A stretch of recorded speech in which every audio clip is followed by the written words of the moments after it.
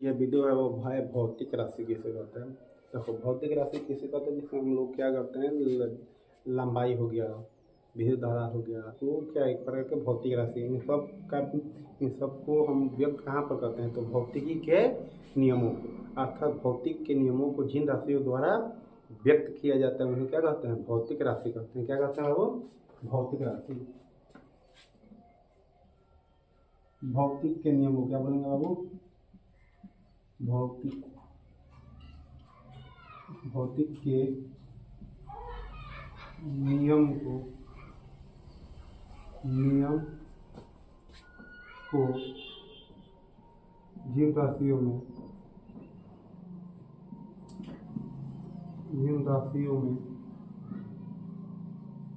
जिन राशियों में व्यक्त किया जाता है क्या बोला बाबू भौतिक के नियम को जिन राशियों में व्यक्त किया जाता है उसे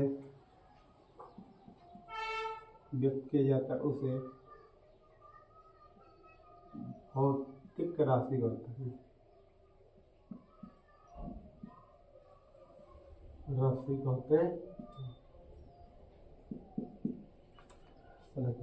क्या हम लोग भौतिक राशि फिजिकल क्वांटिटी। ये देखो इसका परिभाषा हम लोग बोलेंगे तो भौतिक के नियमों को जिन राशियों में व्यक्त किया जाता है उसे क्या कहते हैं भौतिक राशि। भौतिक के प्रत्येक नियम में कुछ न कुछ राशि का उपयोग किया जाता है और वह राशि कुछ होते हैं प्रत्यक्ष रूप से तो कुछ होते हैं अप्रत्यक्ष।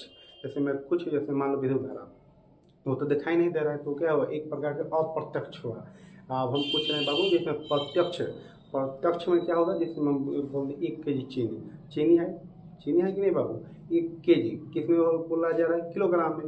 तो क्या एक प्रकार की वो राशि हुआ कौन राशि हुआ द्रव्यमान हुआ द्रव्यमान का मात्रा क्या होता है केजी होता है। तो द्रव्यमान भी क्या हुआ एक प्रकार का भौतिक राशि हुआ। उसे हम किसी न किसी नियम में या कहूँ न कहूँ पर व्यक्त कर रहे हैं नो तो किसी नियम में व्यक्त करने के लिए जिन राशियों को किसी नियम में व्यक्त करने के लिए उपयोग किया जाता है उन्हें क्या बोलते हैं बाबू भौतिक राशि बोलते हैं। भौतिक राशि कितने प्रकार का होते हैं तो लिखना होगा तो लिख लेना जैसे में क्या होगा बाबू लंबाई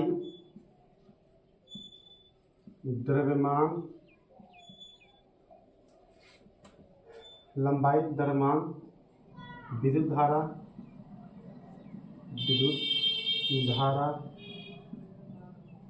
ऊर्जा आदि।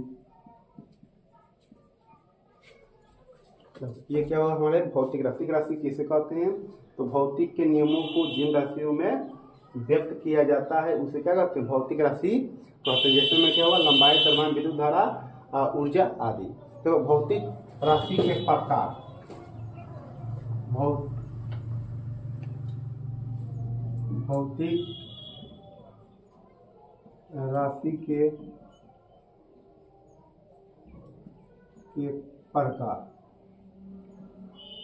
भौतिक राशि के प्रकार तो भौतिक राशि कितने प्रकार के होते हैं 2 प्रकार के। भौतिक राशि 2 प्रकार के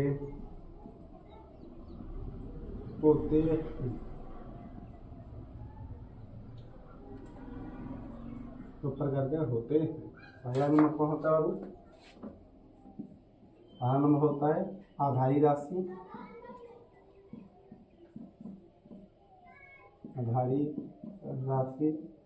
दूसरा नंबर होता है व्युत्पन्न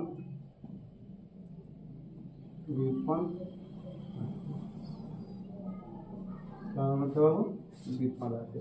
हम दोनों के एक एक कर अध्ययन करेंगे। देखो अब आधारी राशि क्या होती है जो स्वतंत्र हो व्युत्पन्न राशि क्या होता है जो निर्भर करे जो क्या हो अन्य राशि पर निर्भर हो। जिसमें आधारी राशि को व्यक्त करने के लिए अगर अन्य राशि की आवश्यकता नहीं पड़ता है तो क्या होता है आधारी राशि। कैसे बोलेंगे इसको परिभाषा तो वे राशि जिन्हें व्यक्त करने के लिए अन्य राशि की आवश्यकता ना पड़े तो उसे क्या कहते हैं? आधारी राशि कहते हैं। व्युत्पन्न राशि किसे कहते हैं? तो वे राशि जिन्हें व्यक्त करने के लिए अन्य राशि, अन्य क्या मतलब आधारी राशि की आवश्यकता होती है, तो वे राशि जिन्हें व्यक्त करने के लिए आधारी राशि की आवश्यकता पड़ती है उसे बोलते हैं क्या? तो व्युत्पन्न राशि कहते हैं। हम लोग का पहला हेडिंग क्या है? आधारी राशि। आधारी राशि। अब आधारी राशि क्या होता है? तो वे राशि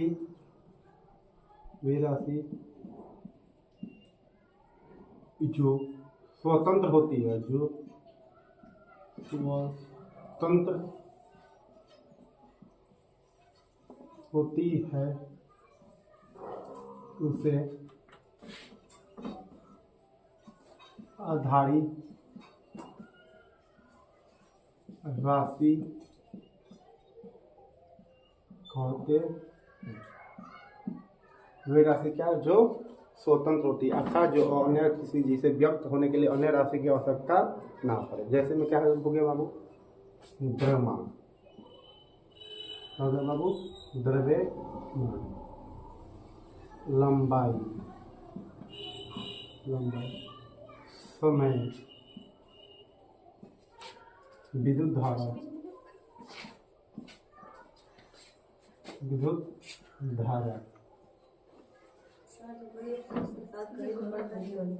ज्योति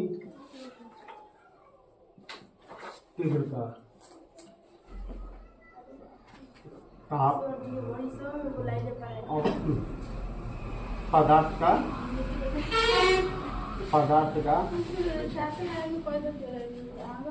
परिमाण। क्या आधारी राशि किसे कहते हैं? तो वे राशि जो क्या हो स्वतंत्र होती है उसे क्या कहते हैं? आधारी राशि। अगर किसी राशि को व्यक्त करने के लिए अन्य राशि की आवश्यकता ना पड़े तो उसे क्या बोलेंगे? आधारी राशि बोलेंगे। जैसे में क्या हो गया? द्रव्यमान। अब हम बोलेंगे 1 केजी चीनी दाल।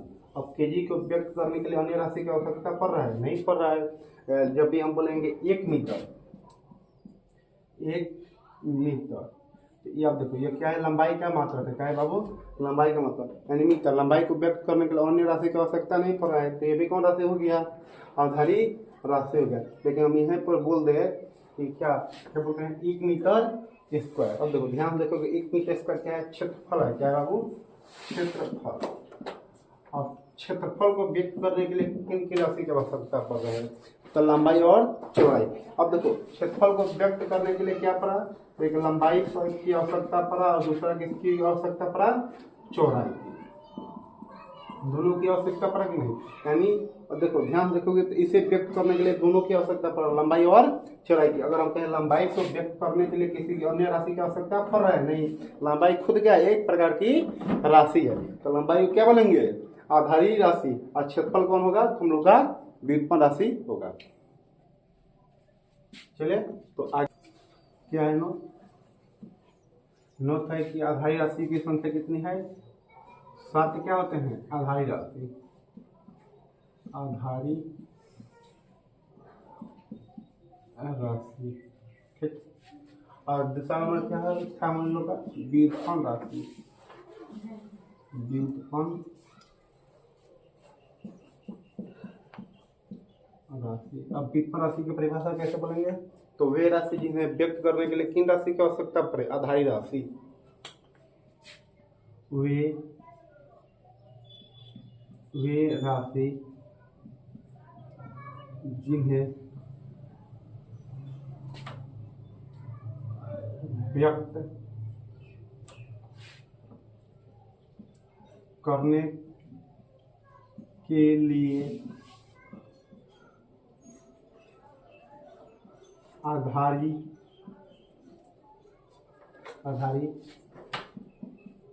राशि की आवश्यकता पड़ती है,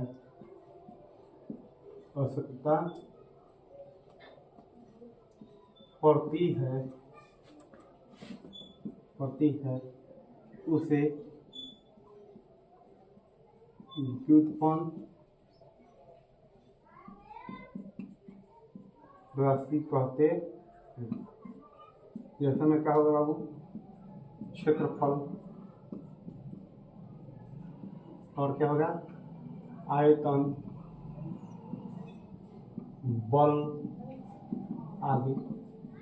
देखो बाबू, अब व्युत्पन्न राशि कोई पूछेगा क्या होगा, तो वे राशि जिन्हें व्यक्त करने के लिए आधारी राशि की आवश्यकता पड़ती है उसे क्या कहते हैं, व्युत्पन्न राशि कहते हैं। जैसे में क्या होगा, क्षेत्रफल। अब क्षेत्रफल के बारे में आपको पता है, आयतन, आयतन में क्या होता है, लंबाई होता है, चौड़ाई होता है और ऊंचाई। यानी आयतन को भी व्यक्त करने के लिए 3 अलग राशि की आवश्यकता पड़ी, तो उसे क्या बोलेंगे, बोलो, तो उसे बोलेंगे व्युत्पन्न राशि। था कि नहीं, उसमें लंबाई कौन राशि था, तो वो हम लोग बताएंगे आधारी राशि। लंबाई कौन राशि था, आधारी राशि। आधारी राशि मिलकर क्या बनाया है, व्युत्पन्न राशि को बनाया। यानी ये जो राशि होता है वो निर्भर करता है अन्य राशि पर व्यक्त होने के लिए। अब देखो, बल, बल बराबर क्या होता है, ए बराबर होता है एम ए। क्या होता है बाबू, एम।